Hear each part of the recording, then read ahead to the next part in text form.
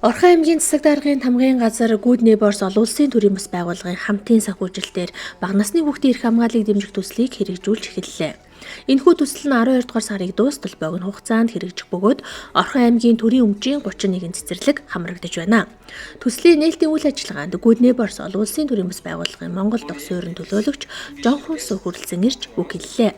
Мөн Орхон аймгийн засаг даргын тамгын газар, боловсролын яам, Орхон аймгийн боловсролын газрын төлөөллүүд цахимаар болон биечлэн оролцож, сургуулийн өмнөх боловсролын байгууллагын эрхлэгч арга зүйч нарт төслийн үндсэн мэдээллийг танилцууллаа. За энэ хүчлийн маань гол зорилго юу вэ гэхээр ерөнхийдөө сургуулийн өмнөх боловсролын багш нарт бага насны хүүхдэд хүүхдийн эрхийн суурь ойлголтыг олон хувилбарт сургалтын хэрэглэгдэхүүний тусламжтайгаар оролцоон суурилсан идэвхтэй сургалтын аргачлалыг бол эзэмшүүлэхэд зорж ажиллаж байгаа. Энэ төсөлд бол нийтдээ Орхон аймгийн 31 цэцэрлэгийн 62 багшийг бол сурагч багшаар бэлтгэх, сургууч багшаар дамжуулаад хүүхдийн эрхийн талаарх мэдлэг ойлголтыг бол нэмэгдүүлэх, хүүхдүүдэд зориулсан, насанд хүрэгчдэд зориулсан сургалт нөлөөлөл үйл ажиллагааг хэрэгжүүлэх зорилготой байгаа. Сонгогдсон 5 цэцэрлэг дээр 200 хүүхэд, 200 эцэгчүүдээс санал асуулга авахд үнэхээр бид нар хүүхдийн эрх хамгаалалт төр өнөөдөр мэдээд байгаа боловч яг хэрэгжүүлж байгаа хандлага маань өнөөдөр яг хэрэгжүүлж байгаа хийж байгаа үйлдэл өнөөдөр байхгүй байна. Тиймээс энэ өнөөдөр хэрэгцээ шаардлага маань бий болж ийн гэж харж үзэж байна. Тэгээд энэ төслөөр дамжуулаад бид нар хэрэглэгдэхүүнтэй болох нь за энэ төслийг бид нар цааш өргөжүүлэхэд, түгээн дэлгэрүүлэхэд сурагч багш нар маань бий болох нэ. Тэгэхээр энэ дээр бидний ач холбогдол буюу хамтын оролцоо өнөөдөр боловсролын газраас өнөөдөр хамтаж оролцоход таатай байна.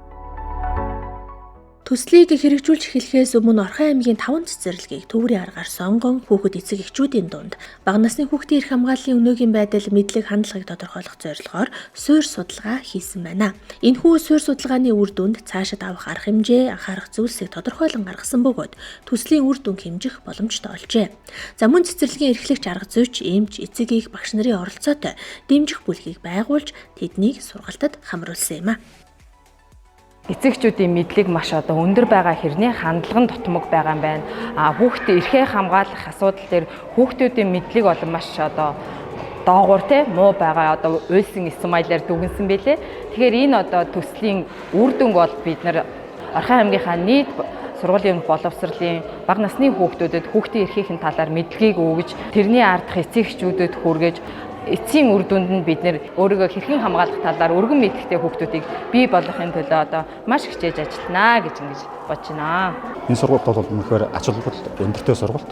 Яагаад тэгэхээр бага насны хүүхэд буюу 4-өөс 6 настай сургуулийн өмнөх боловсролын хүүхдүүд бол хүүхэд хамгааллын чиглэлээр эцэг эхчүүд нь төдийлөн юу гэдгийг сургалтын энэ сургалтанд явуулж агуулгын талаар мэддэг хэрнээ хүүхдтэд төдийлөн юу гэдгийг зааж өгдөггүй. Энэ зөвлөдүүдийг юу гэдгийг энэ дэмжин туслах Neighbors энэ байгууллагын Орхон аймгийн засаг даргын тамгын газар хамтран хэрэгжүүлж байгаа энэ үйл ажиллагаа бол бас чухал ач холбогдолтой ажил болж байна гэж бодож байгаа. Энэ төсөл хэрэгжснээр би бүр илүү тэр эцэг их асар хамгаалагчийн оролцоо илүү бас төлхөө болж хүүхдийнхаа эрхийг хамгаалах тийм ээ ямар хандлага ямар байдгийг гэдгийг би илүү сайн мэддэг болох болов гэж бодож байна шүү дээ. Бид нэр өөрснөө болохоор ерөөсөө яг ингээл хүүхдээ зөвхөн хараад ингээл яж байгаа ингээд болоод ийн л гэж бодоод ах шиг байгаа. Яг цаашлаад ингээд яваад би саяны сургалтанд суугаад харахад бол дутмаг хандлага бол өстэй их муу санагдлаа. Тэгэхээр энэ төсөл цэцэрлэгүүдээр хэрэгжснээр бол би илүү их эцэг эхчүүд илүү их ойлголттой болж бүр их сайжрах болов гэж найдаж байна шүү дээ. Бага насны хүүхдийн эрх хамгааллыг дэмжих төсөл нь сургагч багш бэлтгэх сургалтаар 2 дахь өдрөө үргэлжиллээ. За энэхүү сургалтад Орхон аймгийн төрийн өмчийн 31 цэцэрлэгийн 62 багш нийт 5 төрлийн агуулгаар бэлтгэгдэж хүүхдийн эрх хамгааллын сургалтын арга зүйг эзэмшиж сертификат, сургалтын хэрэглэгдэхүүнээ гарт авлаа.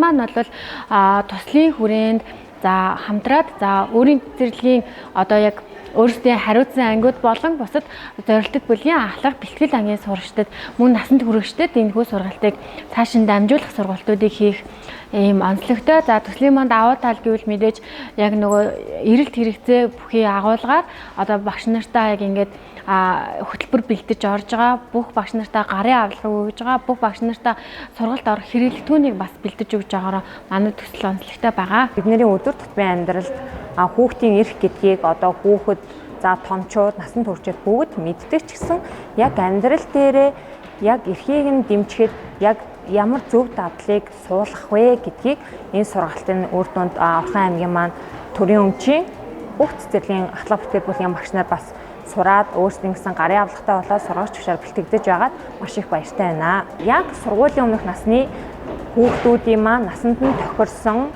хүүхэлдээ за тэгээд сургалтын зурагт үзүүлэнгүүдээр за хүүхдүүдэд тэдний насанд нь тохирсон байдлаар агуулга нь явж байгаа нь маш их таалагдлаа.